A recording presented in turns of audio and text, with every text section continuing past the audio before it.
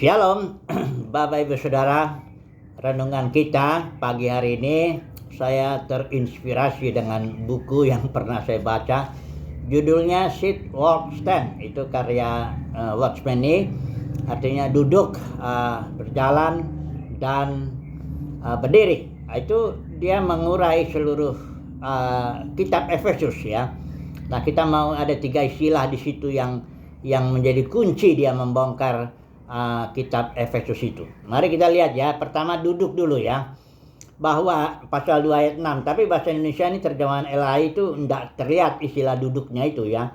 Ayat 6 itu dikatakan, dan di dalam Kristus Yesus ia telah membangkitkan kita juga dan memberikan tempat bersama-sama dengan dia di sorga. Nah, ini kalau sebenarnya istilahnya teks asli itu mendudukan kita ya bersama-sama dengan Kristus di alam sorgawi ya.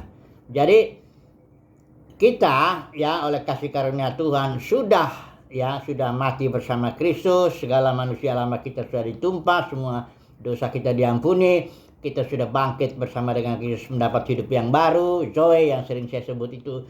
Kemudian kita sudah dinaikkan, didudukan ya, mendapat tempat di dalam alam sorgawi. Jadi kita sudah masuk sorga, tidak usah tunggu mati dulu ya.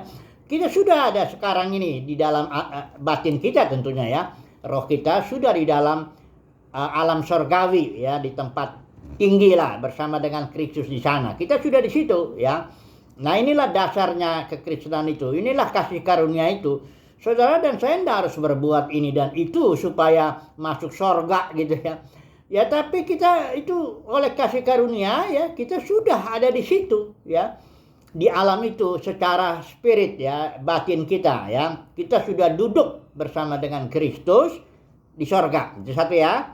Yang kedua di walk, berdiri, berjalan ya. Nah, ini juga di dalam terjemahan bahasa Indonesia lain tidak kelihatan lagi istilah walknya itu. Dikatakan pasal 4 ayat 1, sebab itu aku menasihatkan kamu, aku orang yang dipenjarakan karena Tuhan, supaya hidupmu sebagai orang yang telah dipanggil. Nah, ini dikatakan berpadanan dengan panggilan itu. Sebenarnya teks aslinya walk worthily, berjalan selayaknya sesuai dengan panggilannya itu. Nah, jadi di sinilah kita belajar berjalan di dunia ini ya. Di sini Paulus menjelaskan berjalan dalam arti engkau secara pribadi dulu ya. Engkau adalah anak terang katanya ya. Jadi berjalanlah seperti terang itu ya, berfungsilah seperti terang. Engkau adalah garam dan terang ya, kalau Alkitab bilang begitu. Maka berfungsilah seperti garam dan terang. Engkau sudah diberkati ya. Di sini di Efesus 1 ayat 3 itu engkau sudah diberkati dengan segala berkat rohani di dalam sorga. Sudah diberkati ya, enggak usah lagi harus kasih persepuluhan supaya diberkati, kasih lagi ini supaya harus begini supaya diberkati. Enggak. Alkitab berkatakan engkau sudah diberkati. Yang terutama dalam konteks yang baru memang berkatnya rohani.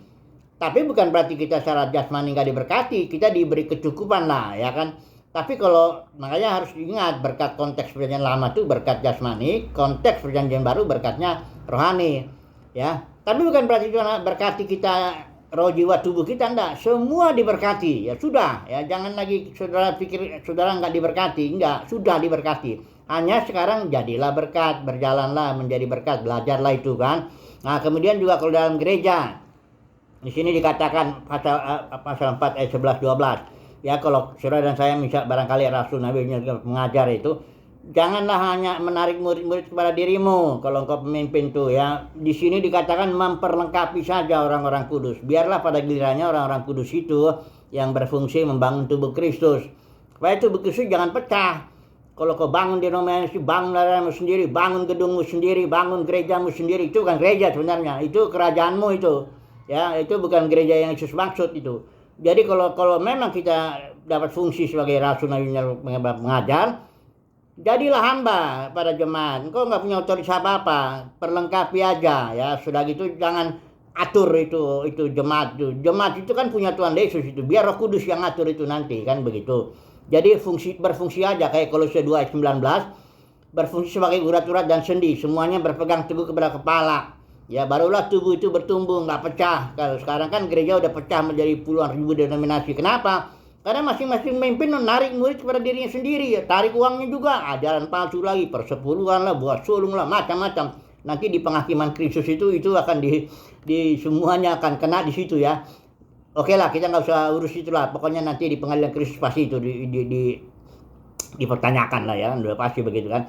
Nah ini walk ya. Kemudian ayat yang apa satu lagi, stand, pasal 6 ayat 14. Ini juga nggak ini ada terlihat ya. Jadi berdirilah tegap, ya, berikat pinggangkan kebenaran dan berbaju jerahkan keadilan. Berdiri itu kenapa? Karena kita sudah memiliki, ya, kayak Israel, jadi tanah perjanjian itu emang sudah milik dia. Dia tuh berperang bukan berarti merebut, merampas milik orang, bukan. Itu emang sudah milik dia. Dia cuma mengusir aja, kamu pergi. 7 bangsa itu, ini tanah udah diberikan Tuhan kepada aku, kamu ada di sini, pergi ya. Gitu. Ya, makanya yang berperang itu bukan Israel, itu Tuhan yang berperang itu ya. Nah, kayak gitulah kita sudah memiliki berkat, segala berkat rohani sudah ada, kita sudah duduk bersama dengan Kristus di surga. Nah, iblis ini kan itu tipu muslihat, nipu dia. Dia bilang kau orang berdosa, kau ini lemah, kau ini mana mungkin orang kayak kau ini nuduh dia itu. Dia emang kerjanya udah gitu. Tapi kita berdiri aja, kita bilang, iblis, aku bisa aja jatuh, tapi kau jangan macam-macam. Aku sudah diduduk bersama dengan Kristus di surga, didudukan. Ya itu kan kasih karunia Tuhan ya.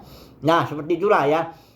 Sit, walk, stand ya. Ini yang renungan kita pagi hari ini. Nah saya mau coba aplikasikan di dalam kekristenan nih. Kalau dunia kekristenan ini prinsipnya nih ya. Sit, walk, stand ini prinsipnya sudah kita miliki semua. Sudah diberkati. Kita sudah duduk bersama dengan Kristus di surga ya. Hanya karenanya barulah kita berjalan, belajar berdiri, bertahan terhadap iblis. Jadi prinsipnya sudah, karenanya engkau sudah terang, karenanya berfungsilah sebagai terang. Engkau sudah diberkati, karenanya jadilah berkat. Tapi kalau dalam prinsip agama, dalam Kristenan itu jika maka. Jika kau beri persepuluhan, engkau diberkati keuanganmu. Jika engkau datang ke gedung tertentu, hari tertentu, rutin di situ, engkau bertumbuh imanmu. Itu prinsip jika maka itu prinsip agama. Agama Yahudi juga begitu, ya. Prinsip jika maka, hukum Taurat itu jika maka. Jika engkau gini, maka engkau diberkati. Jika engkau begini, maka engkau terkutuk. Nah, itu prinsip jika maka, itu prinsip agama. Kekristenan memang udah jadi agama sehingga menjadi prinsipnya jika maka. Coba lihat tuh surat tiap khotbah minggu. Umumnya tuh prinsip itu keluar itu. Enggak sampai 10 menit, 15 menit sudah dengar khotbah langsung keluar prinsip itu. Jika maka. Jika engkau sungguh-sungguh engkau memberi respon dengan baik, jika begini maka katanya begitu. Enggak pernah dikatakan bahwa sebenarnya Tuhan sudah berkati kita. Engkau enggak usah berbuat apa-apa kok. Emangnya waktu begitu besar kasih Bapa kan dunia ini, berikan anaknya tunggal, emangnya dunia ini berbuat apa? Malah bikin rusak. Tapi karena Bapa begitu besar kasihnya kepada dunia, ya sudah diberkati gitu. Jangankan dunia kekristenan ya, sebenarnya seluruh dunia udah diberkati. Ini kabar baik ya. Nah jadi saudara jangan mau ditipu dengan prinsip jika maka ya. Jika datang ke gedung tertentu engkau bertumbuh. Jika engkau kasih persepuluhan engkau diberkati gitu. Jangan mau, itu tipu-tipu itu semua ya. Dan firman Tuhan bilang, engkau sudah diberkati. Engkau sudah duduk bersama dengan Kristus di alam surgawi. Karenanya, belajarlah berjalan ya dengan layak. Belajarlah berdiri tegap melawan serangan setan, serangan iblis ya. Kira-kira begitulah ya renungan kita ini hari ini. Semoga ini menjadi berkat terutama untuk umat pilihan Tuhan. Haleluya. Amin.